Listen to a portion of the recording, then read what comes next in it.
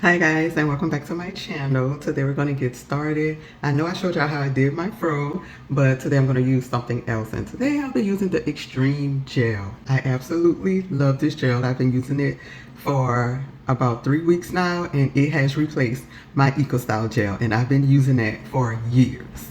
Okay, last time I think I had 6 ponytails, but my hair is getting a little longer and thicker, so now I have more to get started.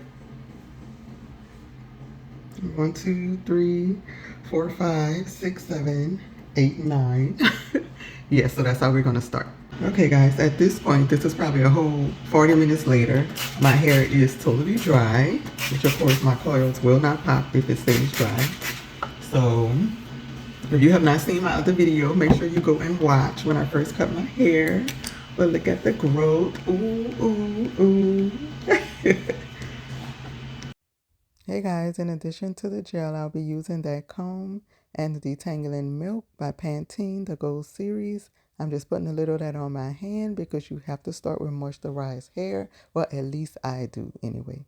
And I'm just going in. This is my 3rd row of curls I'm about to do. I didn't record the first 2. I don't know why they always give me a hard time. So I just started here. I wet it with water.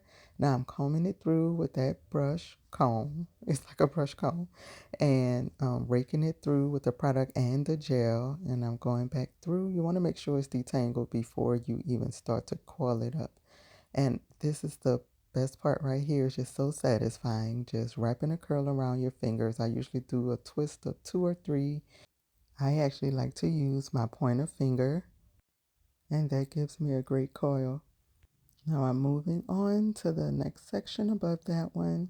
And if you're wondering why I always spray every section, it's because my hair dries so fast that if I spray the whole section at once, by the time I get to the other side or just to the top, it'll probably be half dry. So my hair loves water. So I'm usually pretty generous when it comes to spraying. All right, and so I'm just taking the coil and twisting it around my fingers. That's of course how you get a finger coil. And now I'm just doing this last section before I move over to the other side. The key is to use your wrists to wrap the hair around that comb brush, and then you take your finger and do it. And the difference between this video and the last video that I did that you all should definitely watch, because it's probably a little more detailed. I think I went section by section. Yes, definitely shake that out. The difference is I used the dimming brush. I believe I used the dimming brush to coil it up. And I'm just showing you here that I have more hair to go. So we're going to do all those sections one by one. I used the dimming brush, guys, to coil it up. And after I got done, I went in to finger coil it. But this time, as soon as I use the brush, I am coiling it around my fingers right then and there. I'm not waiting until all the coils are done. Bam, that section is already done and we're moving to the top. That's why I said if you want a more detailed video, you can watch the previous hair video. But as you can see, there's still slight heat damage in the front of my hair. You may be able to tell that I've been cutting it little by little. And when I tell you that section will be healthy before it's all over, it will be, okay? I'm not really worried about cutting so much of my hair right now. I like the length, and it's easier for me to cut now than when it gets longer. So I'm just going to try to make it as healthy as I can before my fro grows so big. And at the rate that it's growing, I cannot wait. But as I said earlier, I am enjoying this process of the short hair. It is so convenient, yes. And if you feel like you need to cut your hair, if that is what you feel like will make it healthy, I would definitely recommend it. I have been enjoying this short hair journey. And besides, if God tell you to cut your hair, you cut it. There's no other option. All right, so now we're at the back, and we'll just take that a loose. Of course, we're going to repeat the same process as the front. All right, and so I don't know why I didn't clip that out the way. But here, I always try to do like smaller curls at the back because you just want to make sure that when you sleep or when you put your bonnet on, you know, the rim of it could aggravate these coils. And I don't want to recoil this every day. So if I make them smaller in my head, you know, I guess it will last longer. But just be sure not to do them too tiny because they will start to mat up after a while when they dry and we leave them in a few days. So yeah. So what I'm doing is just going through this section and I'm parting it off, combing it through. The same thing. Your arms may get a little tired when you're at the back, but girl, don't give up, okay? Keep going. If you have to take a break, take a break. Because even if your hair dry, guess what? You can re-wet it. Okay, so it's very important, guys, that you choose the fingers that you want to use for this style. And actually, I don't like to use the same finger throughout my whole head. So here you might see me using my pointer finger and my middle finger since it's a little bigger and my hair is longer in the back than the front. So I don't have to use my pointer finger for this section since it's longer. Now I don't know how long I can actually get away with wearing this style when my hair grows out. Yeah, I am so obsessed with how my hair is growing. Oh my goodness, I'm gonna have the best natural hair.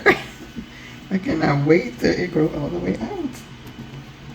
But I am enjoying this short process. I actually had to cut a little of the back because it was growing a lot, passing up some of the other strands. So last week I had to cut about a half an inch off.